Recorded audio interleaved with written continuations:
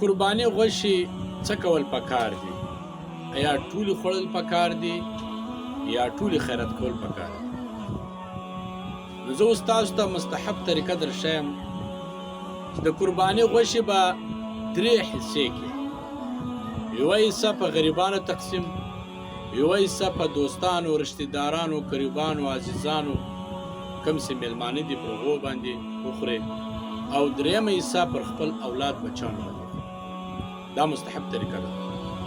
که چیرې ضرورت و تا ته زیات نو بیا ته ټوله خپله هم استعمالولی شي، او دا هم جایز ده چې ټوله غوښه په خپله وخورې، او دا هم جایز ده چې د قرباني غوښې کېدې چې تر هر څونه مدت، یعنی تر هر څو ټیمه ږدې وچولی شي، ږدلی شي، جمع کولی شي، هېڅ په دې کې نه د قرباني څه نقصان راځي، په قرباني کې نه د قرباني ثواب کې کمتوب راځي.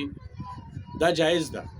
خو مستحب طریقه یې دا ده چې چیرې ستا په ګلۍ کې یا ستا په څنګ په سیډو کې همسایه کور وي او هغه اختری نه وي کړی، نو څه غوښه هغه ته م ورولېږه، کم سے کم 2 3 4 کورو ته داسې څه غوښه ورولېږه، ستا به خیرات او صدقه سي.